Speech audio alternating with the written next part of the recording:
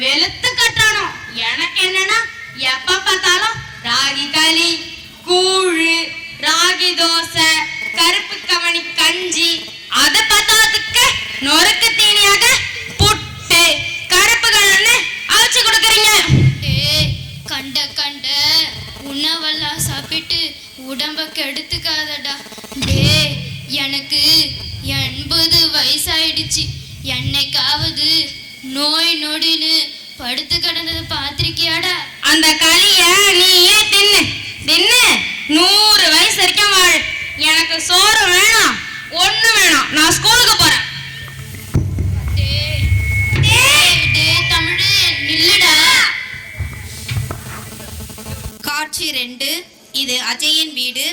இங்கே தினமும் துரித உணவுதான். கதை மாந்தர் அப்பா, அம்மா, அஜய். அஜய், அஜய் இங்க வாடா. என்னம்மா? ஸ்கூலுக்கு டைம் ஆயிடுச்சு, சாப்பிட வரலையாடா? என்னம்மா செஞ்சிருக்க? உனக்கு பிடிச்ச நூடுல்ஸ் செஞ்சிருக்கேன்டா. மதிய லஞ்சுக்கு பாஸ்தா செஞ்சிருக்கேன். நைட் டின்னருக்கு கூட பீஸா, பர்கர், அதுவும் உனக்கு ரொம்ப பிடிச்ச ஃப்ரைட் ரைஸ் கூட ஆர்டர் பண்ணியிருக்கேன்டா. வாவ், சூப்பர் அம்மா. நீ தாம்மா நல்லம்மா. பரவாயில்லையே, நம்ம சமைக்கிற வேலையே இல்லை. நாக்கு ருசியா சாப்பிட்டா போதும். காட்சி 3. 3 வருடங்களுக்கு பிறகு கல்லூரி வகுப்பறையில் மணி ஒலித்தல்.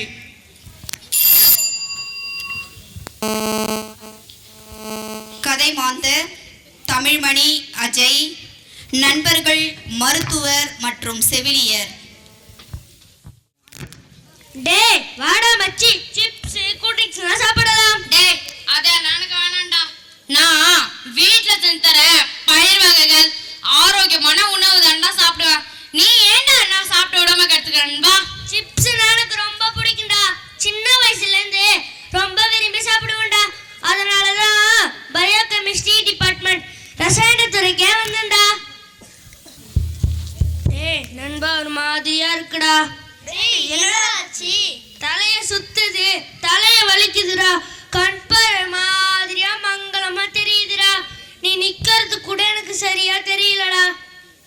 என்னடா சொல்ற? நான் நிக்கிறது கூட உனக்கு தெரியலையா? என்னடா ஆச்சு உனக்கு? வாடா ஹாஸ்பிடலுக்கு போலாம். என்னப்பா ஆச்சு? நல்லாதான் பேசிக்கிட்டு சிப்ஸ்லாம் சாப்பிட்டு இருந்தான் டாக்டர். திடீர்னு தலை வலிக்குது, கண் பார்வை மங்களா இருக்கு, தலை சுத்துன்னு சொல்றான் டாக்டர்.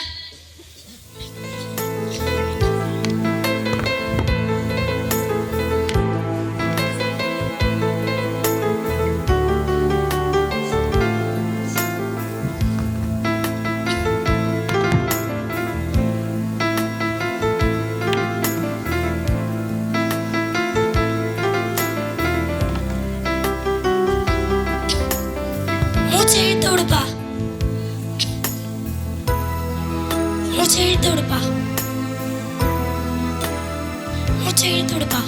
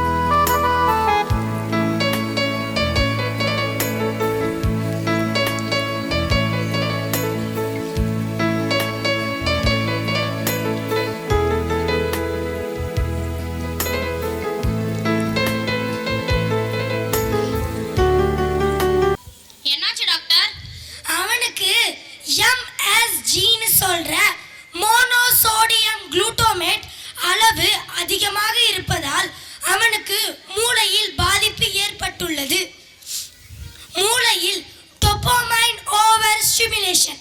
இது அஜினோமோட்டோ பேக்கிங் ஃபுட்ல இருக்கக்கூடியது. இதனுடைய அறிகுறிகள் என்ன தெரியுமா?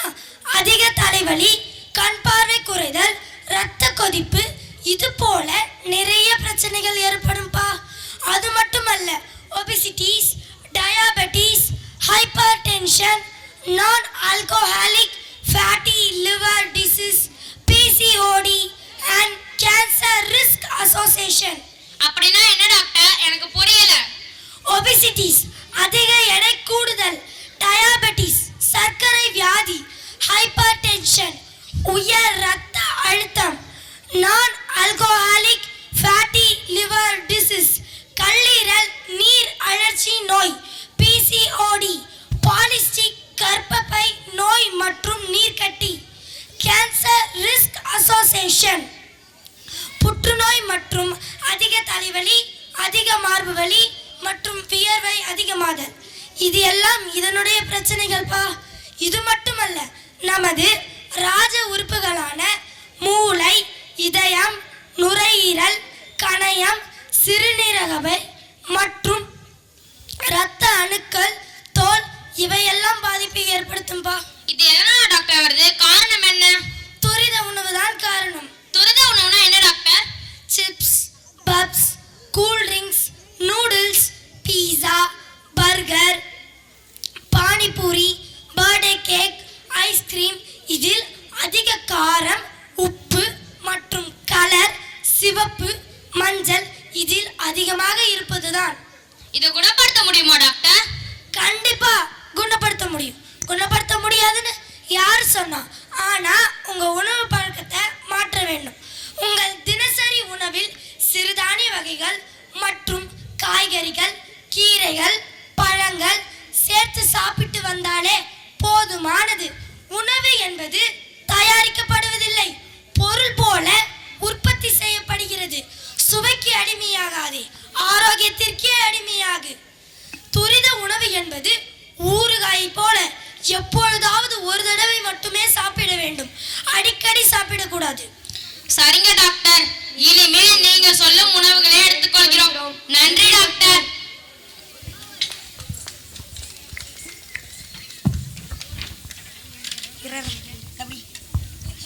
பாக்கெட்டில் உள்ள லேபிள் படித்து உணவு தேர்வு செய்வேன். நிறமி, அதிக உப்பு, அதிக சர்க்கரையை தவிர்ப்போம். நாட்டு உணவு, சிறுதானியங்கள், காய்கறிகள் சேர்த்துக் கொள்வோம். நண்பர்களுக்கு விழிப்புணர்வை ஏற்படுத்துவோம்.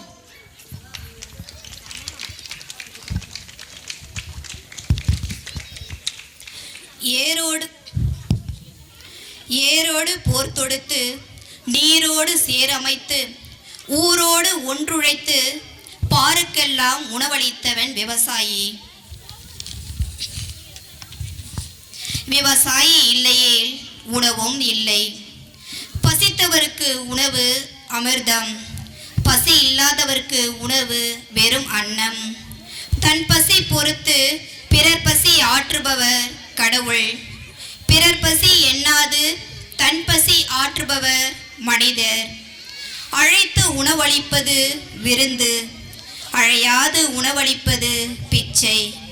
இல்லாதவனுக்கு உணவளிப்பது தர்மம், இடம் தேடி உணவளிப்பது தானம். உடல் தணிக்க இளநீர், உள்ளம் தணிக்க பாசநீர். புத்துணர்ச்சி அளிக்க வெள்ளரிக்காய், என் முகத்தோடு உணவளிப்பது தமிழர் குணம். என் சொல்லோடு உணவளிப்பது தமிழர் குணம். உணவே மருந்தென்று வாழ்வோம், மருந்தே உணவென்ற நிலையை மாற்றுவோம். ஊட்டச்சத்து உணவை உண்போம், உடல் நலத்தை பேண முயல்வோம். அரிது அரிது மானிடராய் பிறத்தல் அரிது என்று ஔவையின் வாக்குப்படி இறைவன் நமக்கு அளித்த இந்த மேன்மையான மானிட வாழ்வை வாழ்நாள் முழுவதும் நோயின்றி வாழ பாதுகாத்து ஆரோக்கியமாக வாழ வேண்டும். முன்னோர்களின் உணவே மருந்து என்னும் தாரக மந்திரத்தை பின்பற்றி நோயற்ற ஆரோக்கியமான வாழ்வினை வாழ்ந்து மகிழ்வோம். நன்றி.